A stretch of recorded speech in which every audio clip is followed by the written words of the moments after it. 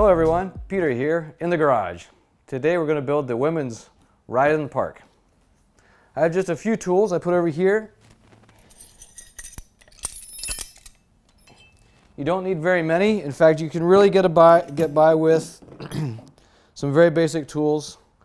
Really you're going to need a 4mm, 5mm, and 6mm Allen wrench, some basic wrenches, 9mm, 10mm, 13, 14, and 15mm wrenches, and a Phillips head screwdriver. That should be just about it. The first thing we're going to do is go ahead and snip the yellow bands on the box.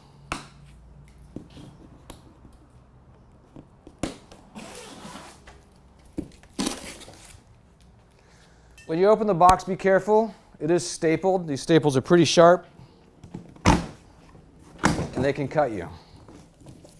The cardboard itself can actually be sharp too, so just use caution, common sense opening the box. So the bike, see if I can show you, the bike comes packaged like this. A lot of packaging around all of the parts. It's a very compact packing job. And so the bike is mostly assembled, but there is some final assembly, otherwise the bike would just be too bulky to ship.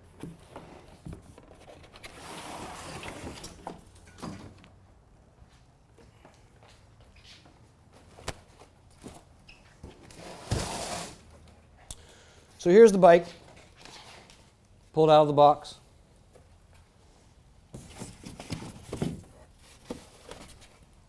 And we have also the seat. Let's go ahead and snip the zip ties.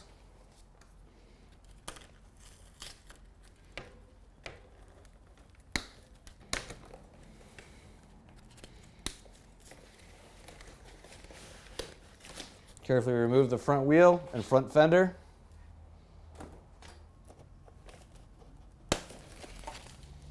The handlebars already attached. We're going to spend a little bit of time with these later on. The cables are already attached to the handlebar, so we want to make sure that those are arranged properly when we install the handlebar into the frame.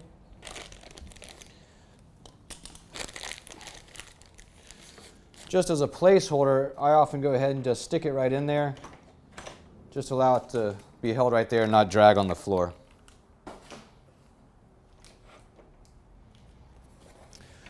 I want to make one note here at this point. We have the handlebars in here. The fork is backwards, this part here. So it will need to be turned, rotated 180 degrees forward, this way. You can notice that with the fork properly positioned, it's a little bit forward.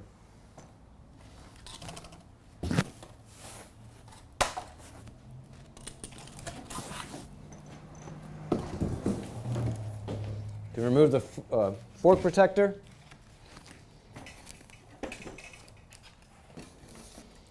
let's take the front fender off, set it to the side.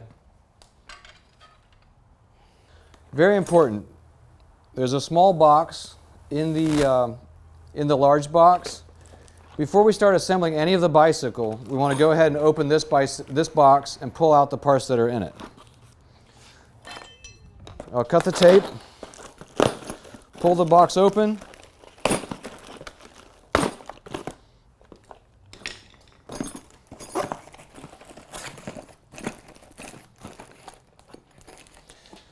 In the small box we have pedals, seat post, reflectors, touch-up paint, a multi-tool, and 2 Allen wrenches. And most importantly, this is a step that a lot of people miss. Customers are not familiar with the quick release skewer. After you have the quick release skewer, go ahead and remove the packaging from the wheel. This will consist of a round piece of plastic. You can discard that. Some cardboard, discard. Now, the quick release skewer is going to go through the hollow axle of the front wheel. So we remove this nut and one spring. Now, take the quick release skewer and slide it through the hollow axle. When it comes out the other side, place the spring in. The narrow side of the spring goes in first, and then the hand tightened nut is next. Screw it on a little bit so there's a little bit of room. One thing to point out is there's only about 1/8 of an inch of threads protruding. These are the ends of the axle. The fork on the bike is actually going to rest on that tiny little bit of thread right there. And that's all that it needs to hold on to that. So now that we have the wheel ready, we can go ahead and pick the bicycle up, place it onto the axle where it will rest. At this point, I like to put the kickstand down and let the bike hold itself, even though the front wheel is not secured yet. Now what we'll do, go ahead and at this point, I like to leave packaging on until I don't need it anymore. It's a good time to remove the packaging from the fork so that I can see what I'm doing a little better. I center the wheel, and then we tighten down the nut until it starts to give me some resistance and feels firm. That's with the lever in the open position. When I've screwed it down nice and tight, then I bring the lever up and close it with my hand. If it doesn't go, we need to loosen the nut a little bit and try again. Should not have to force it, but it should be firm enough that it leaves a little bit of an impression on the palm of your hand.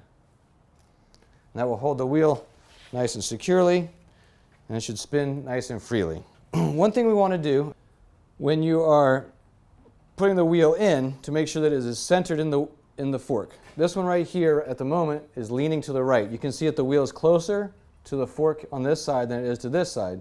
What we have to do is float the wheel. This is normal, and you have to do it really just with about any wheel. You want to make sure that it's centered because it can be adjusted for however you need it. So I'm going to go ahead and make sure that the fork is centered perfectly, and then I'm going to tighten it down with the lever. Recheck it, and you can see perfectly centered.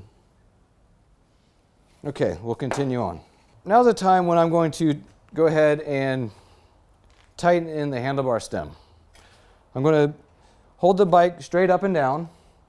I'm going to straddle the front wheel and look straight down it to sight it. Take a 6mm Allen wrench. There's a stem bolt, which really just tightens a wedge up inside of the head tube. And this is what secures the handlebar stem in the bicycle.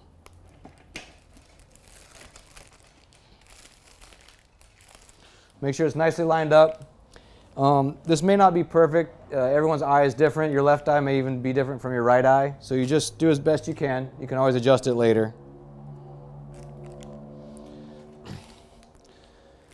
This stem bolt is one bolt on a bike where you can give it a lot of your strength, a lot of torque. You don't want this one to slip. A lot of the bolts and screws and nuts on a bicycle need to be finessed. You need to be not go too hard on them. You may strip them or break them. In this case, with the stem bolt, I would go ahead and give it all the torque you can give with your own hands. There we go. Perfect. Now let's go ahead and take the packaging off of the handlebars.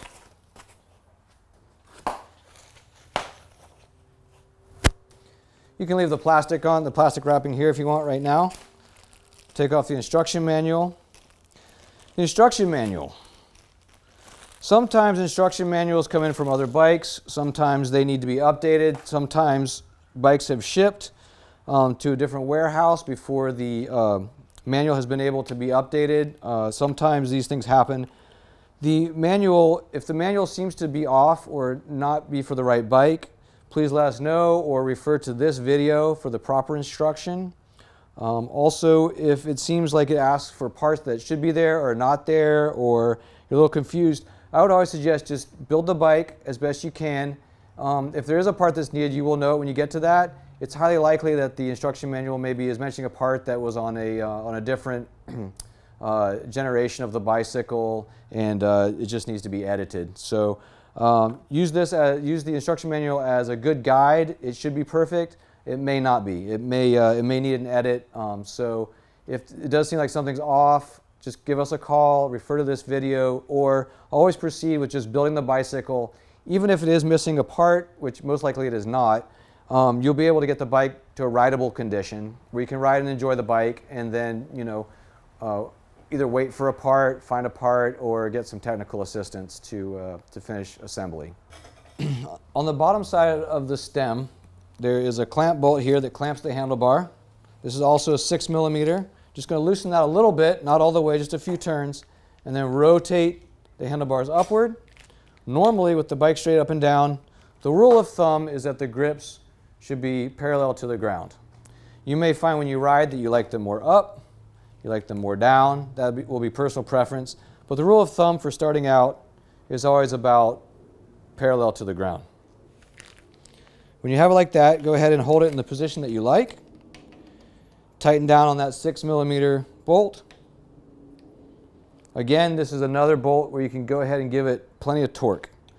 It's very dangerous to have loose handlebars when you're riding. If they slip down like that, that could cause a crash. Now, so you can see the rest of the bike, I'm going to go ahead and remove the rest of the packaging.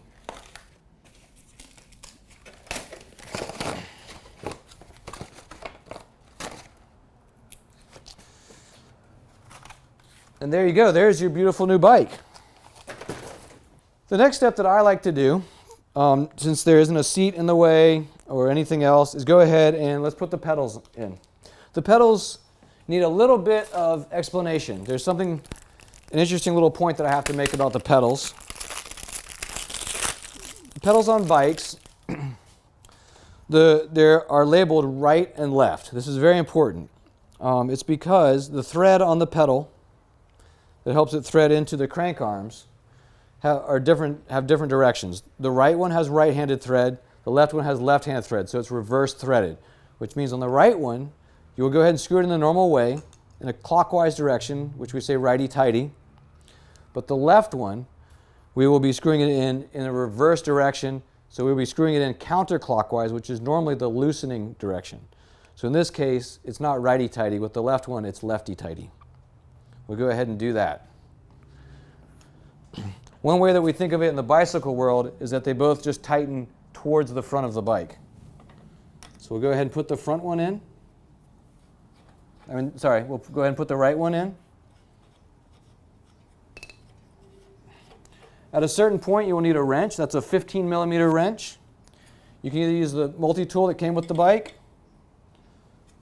or you may have a 15mm open-end wrench you can use as well. Sometimes in the instructions and also in bike shops, they recommend that you use grease on the pedal threads. You can do this if you like. You can put grease on. This is just an anti-corrosion measure. It has nothing to do with the functioning of the bicycle. It just allows you to be able to remove the pedals later on more easily. This is not, in my opinion, others may argue differently. In my opinion, this is not a necessary step for a casual bike like this, an entry-level bike. For more serious cyclists, they ride in all kinds of weather. They're constantly going through inclement weather, riding in the rain, riding in areas, leaving it out in the weather, and riding in maybe salty areas. Parts can tend to seize when the bike is going through that kind of condition, and it can be hard to remove the pedals after a while if you ride like that. I think it's unlikely that a bike like this, even after a couple decades, would have an issue with pedals seizing unless it's left out in the rain. Of course, you can always put grease on those threads if you like. I think for this bike, it's not necessary. The next thing we do, go ahead and get the seat post. Now what you do is on this bicycle, there's also a quick release mechanism, just like on the front wheel, for holding the seat post. So I want to show you how to do this. I also want to point out that it's very easy at this point, since you have to use two hands to operate the quick release and then also hold the seat post, that there is a danger of the seat post slipping inside of the seat tube. If you do this, it's very hard to retrieve it. Some customers even have to take it to a bike shop where they will do the only thing that you can do in your own garage, which is turn it upside down and hit it with a mallet and try other various techniques. It can take as long as an hour sometimes to fish one of these out of the seat tube if it slips inside. So be very, very, very careful not to allow this to slip all the way down below to where you can get it. If you do, you'll need to turn the bicycle upside down like this, and I would tap gently on the bottom of the bicycle and hopefully get it to come out. In this case, an ounce of prevention is worth about an hour of your time. So we'll go ahead and secure this into the seat tube using the quick release.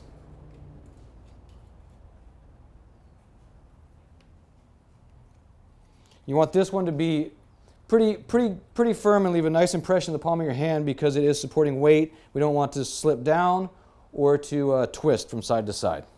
So now we're going to install the seat onto the seat post.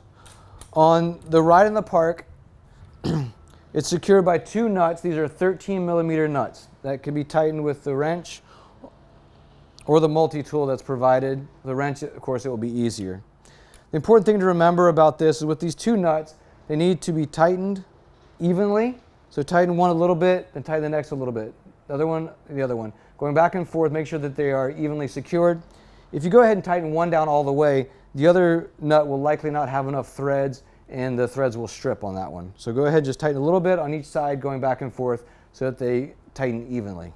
Take the seat, place it on the seat post until it's all the way down, securely on the seat post. And then we will go down here and tighten those 2 nuts. You may find that you need to adjust it later as you ride. You may like it nose down more or up more or perfectly even. You may want it a little bit more forward or a little bit more back. There are a lot of adjustments you can make.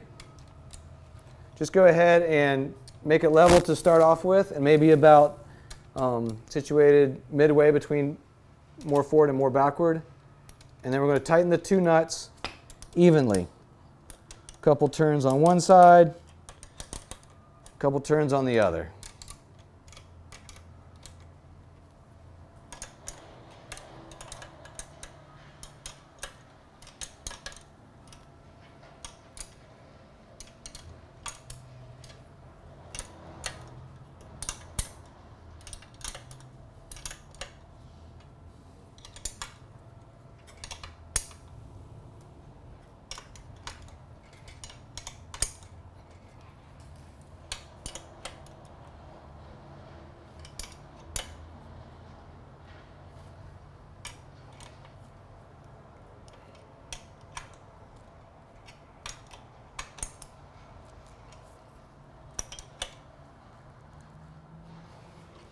Check to make sure it looks even. It does. I see the bowl is protruding evenly on either side of the nut, on both nuts. Go ahead and grab the seat. See if you can wiggle it or move it around. You should see that the seat and the seat post are both very securely attached to the bicycle. Okay, there we go. I'm going to go ahead and address the front brake because, importantly, the front brake, because of the packaging requirements, comes unattached. Right here, we have to attach it to the front brake lever. This is how the bike is supposed to arrive. It's not broken, it's not malfunctioning. There wasn't a problem at the factory. It's just because for the dictates of trying to get that bike into a nice, compact, efficient package to keep shipping costs down, this guy can't be attached. So we'll show you how to do it, and we'll do a close-up as well. The first thing you want to do is go ahead and get the 10 millimeter wrench. 10 millimeter wrench, and we're going to loosen the 10 millimeter pinch nut that secures the cable to the brake itself. Then you'll see that the brake cable is free of the brake and that the black part, called cable housing, can slide up and down. This helps us to reveal about two or so inches of cable here. There's a round circular piece at the end. If you pull the brake lever back like this, you'll see a little tab falls out that has also a circular opening. Simply take the round part on the end of the cable, slip it in to the circular opening, and then slide the cable through the open slot. Take the cable housing and nestle it into the brake lever. just like that. Now the brake is attached to the brake lever. Now we'll go ahead and adjust the cable tension. Go ahead and close the brakes. I like to use my left hand. I just close them like this, and then I pull on the cable. I pull out, try to take out the slack, and I go ahead and I do this while the brakes are pretty much held tightly against the rim, because inevitably there's a little bit of slack that you just can't get out of it. So usually if you do it about as tight as you can get it, it will end up having the right tension. You can back it off from there if you need to. So now go ahead and use your 10 millimeter, tighten the pinch nut onto the cable to secure the cable to the brake.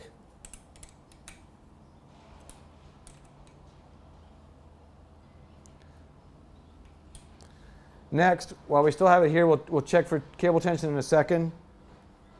Use a 10 millimeter again for the brake pads. You can loosen them and adjust them so that they hit right onto the rim.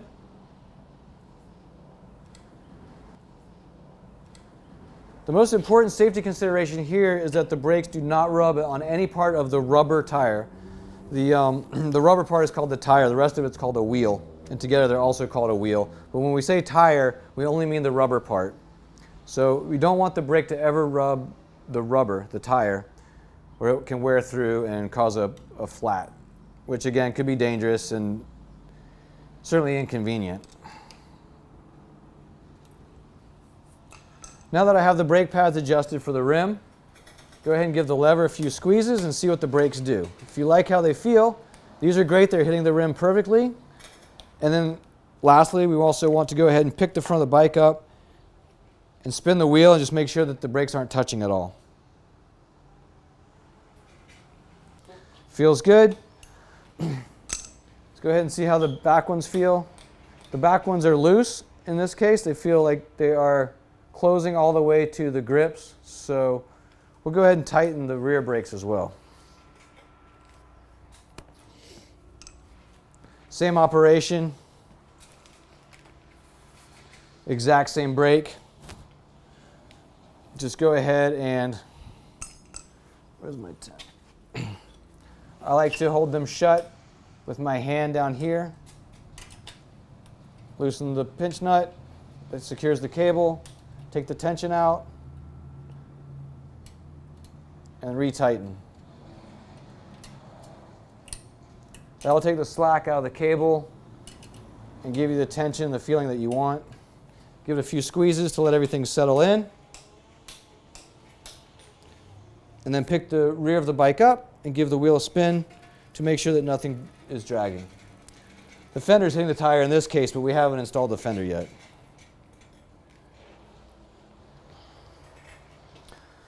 But now is the time to do that. We'll start with the rear rack.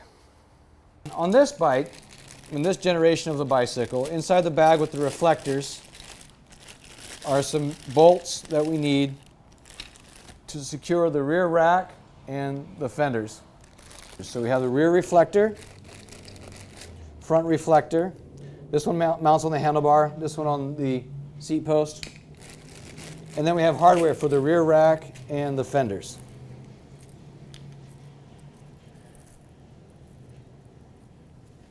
Everything we need there. Go ahead and find the two longest bolts. Use these to secure the rear rack right here. The rear rack will come forward to the two threaded openings on the seat stays, which are these parts.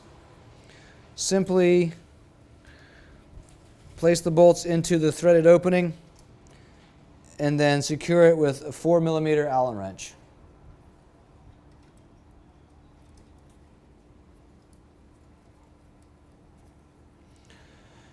It's usually better to go ahead and just get them started on both sides before tightening all the way down. That way they won't interfere with each other when you're trying to seat the threads.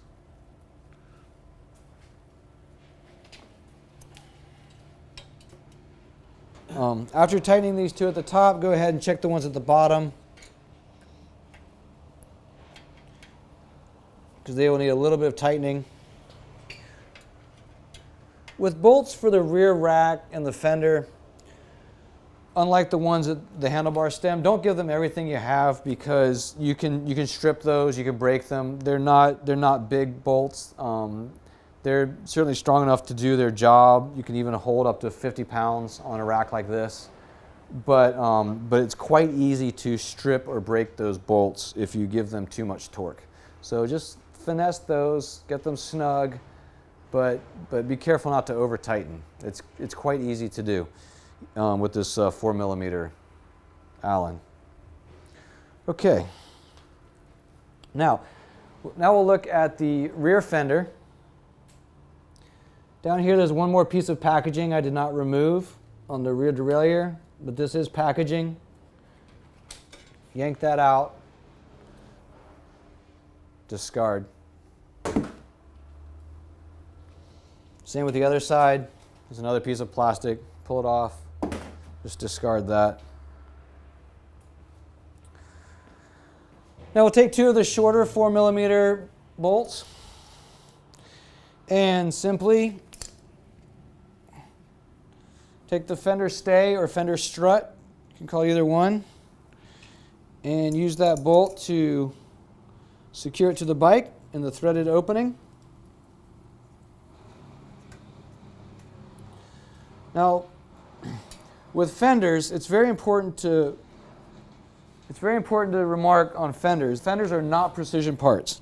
Fenders need to be finessed or nudged or kind of manipulated to do what we need them to do with the bicycle, which is mainly not rub the tire or get in the way of the brakes. So sometimes they take a little bit of pushing around, manipulating with the hardware that holds them, adjusting them in accordance with the stays or the struts. This is normal. This is what will have to happen with, I would say, probably 80–90% of fenders. 10 or 20% of the time you put them in and everything's just perfect. They don't need any sort of adjustment or fiddling or nudging or persuading or finessing. They just do it, they just land where you want them to. In most cases, they don't, because they're not precision parts. But it's easy to do, and I'll show you what to do. So I'll go ahead and secure the other side with my 4mm Allen.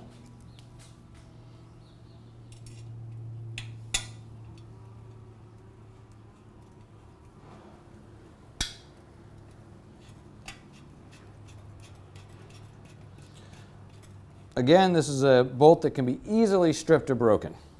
So just get it nice and snug and then stop. Most any adult will have plenty of strength to be able to break or strip that bolt, so be very careful. Now, go ahead and pick the rear of the bike up and spin. And in this case, as in most cases, it's rubbing on the fender. In fact, it's rubbing so much that I can't even, it's very tight. It won't even roll freely at all. All I really need to do, I can see that the fender stays are bowed out a little bit. First of all, I'm going to squeeze those in, which will effectively make them a little bit longer and will push the fender away from the tire. Now I'm going to try it again. It's pretty good. I think it may be touching a little bit on this side. I can either push it over a little bit like this. If that's not enough, sometimes smack it a little bit with the palm of your hand. It's okay. You won't hurt anything. It just needs to be adjusted so that it clears the brakes and the wheel can spin freely. There it goes. Perfect. It didn't take much, but you'll almost never install a fender and have it exactly how you want it to be on the first shot. It will take some adjustment. Sometimes you may also need to loosen these screws and center this a little better on the fender stay itself. Again, we can squeeze these in to get them nice and straight instead of bowed a little bit. Whatever you need to do, just make it so that it's not interfering with the brakes and the wheel can spin freely. So now, go ahead and take the front fender. You can remove the packaging.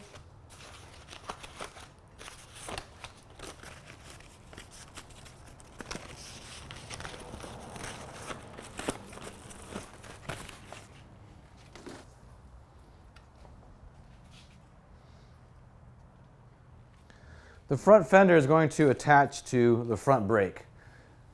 There's a nut back here that secures the front brake.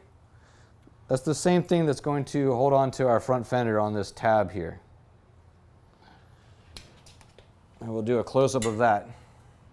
As you can see, I want to point this out too. While we have the fender here, the stays are quite clearly not aligned with the fender. This is not a problem. We just need to either maybe loosen these a little bit with the Phillips. We can also do this after we actually install it to see how it's lining up with the wheel itself. I'm going to loosen this now a little bit and just see if I can center it a little bit better. There we go. That looks nice like that. Tighten it back down.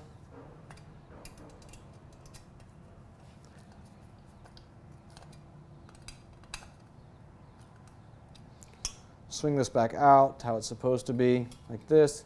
It's a little bit better. It will probably need a little bit of adjusting after we install it. So I'm going to slide this in here. We will go ahead and loosen that 10mm nut.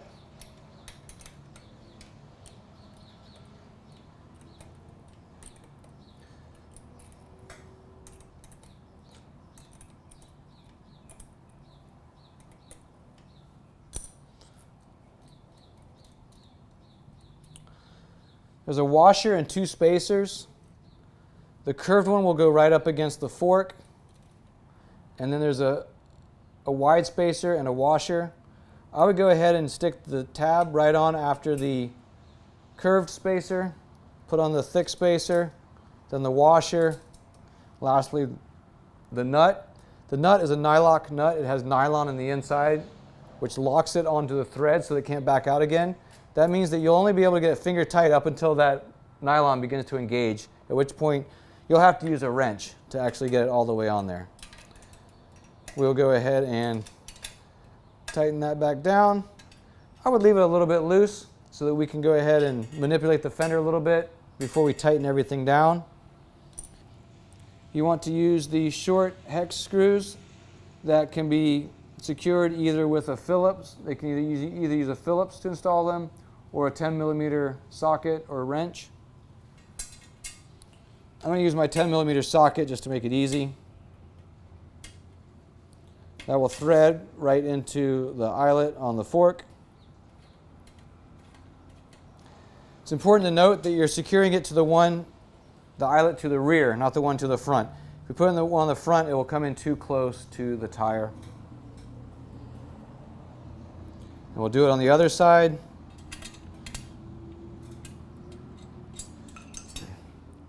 My quick release is a little bit in the way, so I'm going to move it down, keeping the wheel centered.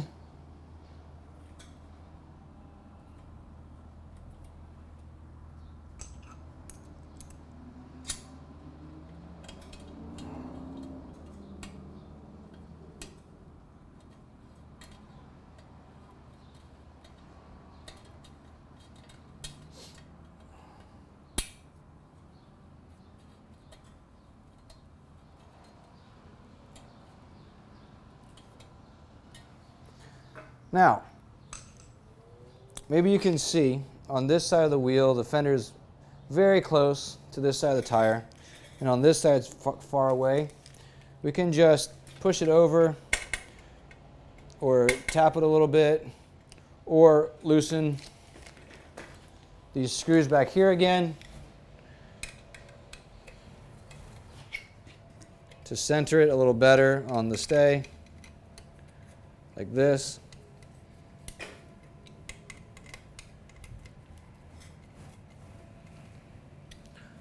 Once that looks good, go ahead and take the 10mm for the brake, tighten that down the rest of the way, and then just check the tire again.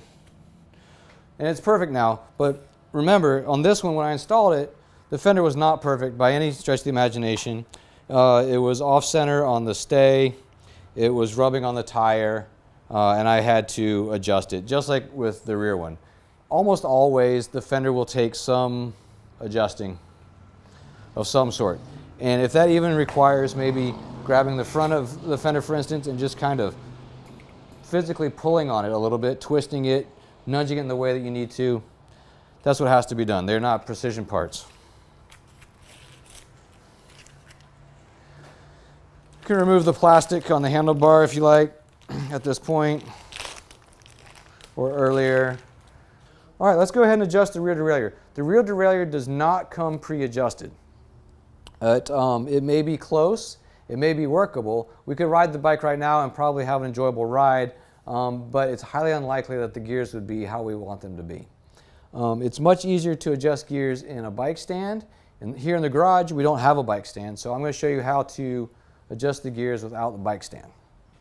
So it's helpful to have a friend at this point too, because we're going to pick up the kickstand. We're going to start shifting this into 7th, rotate the pedals, shift some more, rotate the pedals, and make sure that the shifter at the handlebar is in 7th gear. It'll be indicated in the window. The indicator in the window is not the most important thing. What we're looking for is if the gear is actually engaging how we want it to on the gears. If the numbers are not lining up exactly how you think that they should, that's okay. The main thing is if it's actually doing what we want to do in the rear with the gears. So now we have the shifter in 7th gear, and we have let it do what it's going to do. In this case, it's only going into 6th in the back, even though the shifter is in 7. So we're going to fix that and get that adjusted. So after we've put the handlebar shifter into 7th, and then rotated the pedals so that the chain will go ahead and engage the gear that it wants to naturally at this point, we will disengage the cable by loosening the 9mm pinch nut. So it's detached from the derailleur. There's a little part back here that has knobs for finger adjustment. This is called a barrel adjuster. Let's go ahead and turn that clockwise. Clockwise, looking at it from this direction, just like any fastener. And there's a small silver cylinder in there that will begin to nest inside. It will start to sink inside the black plastic barrel adjuster. Go ahead and turn that all the way clockwise until it stops, and then give it about 1 or 1.5 full turns counterclockwise after it's all the way seated. That will give us some adjustment room later on, and you'll see what I'm talking about. Now what we have to do is adjust the height limit screw so that we can allow this chain to come all the way into 7th gear, which is the small cog, the small gear. The 2 limit screws, and we'll do close-ups of these, are labeled H and L. There's a tiny H and a tiny L stamped into the plastic of the body of the derailleur. On this one, the H is the screw that's more forward on the bike. I'm going to turn this one counterclockwise on this bike, which will allow the derailleur to come outward more. And then when I pick the bike up and turn the pedals, it will go ahead and go into that 7th gear because now it has more room. Now what we want to do is spin the pedals and see if it sounds nice and quiet in that 7th gear. It does. So we've adjusted it perfectly for 7th gear at this point. That's exactly how we need it for starting out the derailleur adjustment. At this point, since 7th gear on the handlebars matches the 7th gear on the gears in the back, we can reattach the cable because the derailleur and the shifter agree with each other. Tighten that down with the 9mm socket. And while you're doing this, take as much tension out of the cable as you can without moving the body of the derailleur. Make sure that nut is very securely fastened so that the cable doesn't slip later on. Now again, since we don't have a stand, we can't pedal and shift at the same time unless we have a friend holding up the rear of the bike. So I'm going to go ahead and shift into 6th gear. Then I'm going to go back here, pick up the back of the bike, and pedal and see if it goes into 6th. And lift up the kickstand. It does not want to go. And the reason why is because even though this is in 6 now, there's not enough tension on the cable, and that's because I wasn't able to get all the tension out when I secured it. That's okay. What we need to do now is we're going to place more tension on the cable by using that barrel adjuster that we ran all the way in. The reason why we ran it all the way in is so that we'd have as much room as we could to back it back out and take up that slack. I'm going to go ahead and give this 3 full turns. You'll start to see the silver cylinder protrude out of the black plastic barrel adjuster. That's pushing outward on the cable housing and putting tension on the cable so that when it's in that 6th on the shifter, it will pull the derailleur into 6th gear. Let's go ahead and put it back into 7th. Pedal. Good. 7 is good. Shift into 6. Pedal. It wants to go, but not yet. So we'll back the barrel adjuster out a few more turns counterclockwise. And now it shifts into 6. Brake. Let's go ahead and shift into 5. Pick it up. There you go. Perfect. Maybe a little sluggish. I can put just maybe a quarter turn on the barrel adjuster counterclockwise. And then we'll go ahead up. 4, 3, 2, and 1. Now, as you can see, or maybe you can't, it's in 1 on the handlebar shifter, but it will not go into 1 on the gears. We went 7, 6, 5, 4, 3, 2, 1, 7, 5, 4, 7, 6, 5, 4, 3, 2, but would not go all the way into 1. That's because we need to set the low limit adjustment screw. So now, on the little screw marked L, we're going to go ahead and back that one out a little bit. And all this one does is allows the derailleur to go only so far towards the spokes.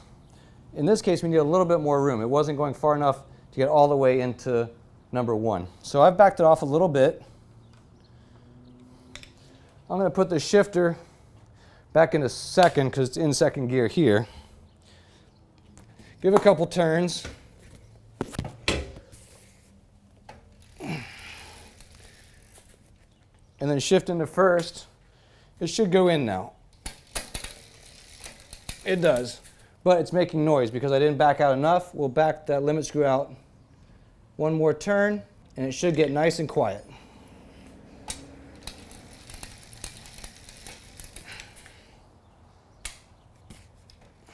There's 2nd and 1st. Then running smoothly. All right, the last thing you need to do is pump up the tires. We'll go ahead and explain that. So there's a valve on the tire, actually on the tube, which will inflate your tires. So the tire is this part. Inside of the tire is a tube, kind of like a balloon, that actually holds the air. The tire just provides the riding surface and protects the tube. Attached to the tube is a valve right here. There are 2 types of valves on bicycle tubes. The ones that we use on our bikes are called Schrader. It's the same as a car tire. So you don't need to worry about if you hear the other type. I won't even mention it so you don't get confused. But this is a Schrader. It's the same as on a car tube, car tire, I mean. I do not ever recommend pumping up at a gas station. The air at a gas station comes out very fast, and these tubes hold a very tiny amount of air. It's easy just to overinflate those before you even know what you're doing and blow the tires out. So go ahead, take your pump. You're going to attach the nozzle on the end of the pump tube onto the valve, and usually there's a lever you have to flip up, sometimes down, to lock it onto the valve. Your own pump may be different. You'll have to find out. And then watch the gauge as you do this.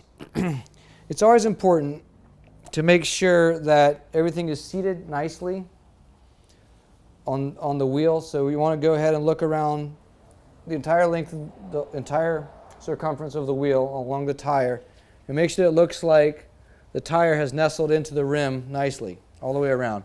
And we'll do that periodically as we bring the pressure up.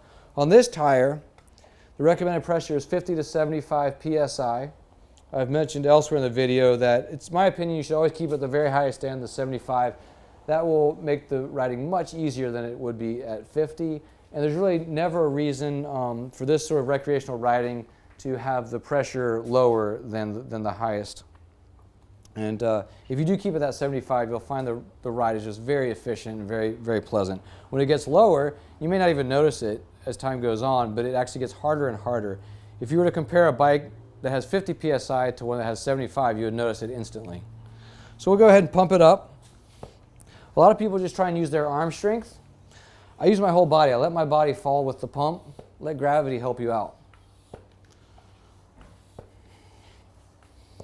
Right now I'm at about 40 psi. I'm going to go ahead and check all the way around again, make sure there aren't any bulges, nothing looks strange, because every now and then the tube can come out from underneath the tire, in which case it'll give a bulge and then it can pop.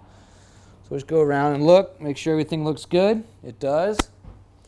Let's go ahead and take it up to 60, looking down here at the gauge.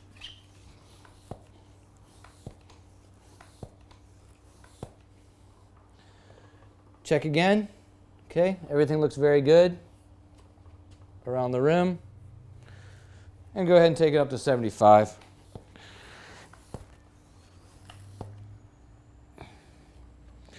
When I have it at 75, we'll release the locking mechanism and pull the pump off of the valve and replace the cap.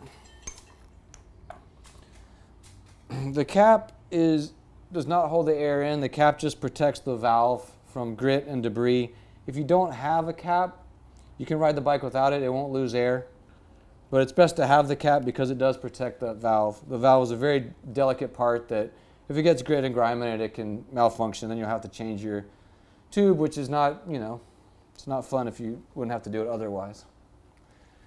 Now you're done. Ready to go. Do the rear one. All right, everybody, thank you so much for joining me in the garage. We got your bike assembled. You're ready to ride now. If you're assembly experienced, you have some questions or other concerns, go ahead and please reach out to us. We're always here with a full team and a full array of solutions and ideas to get you riding. You can email us at theteam@sixthreezero.com. Give us a call at 310-982-2877. Or we're also available on chat. So thanks so much and enjoy your ride. Take care.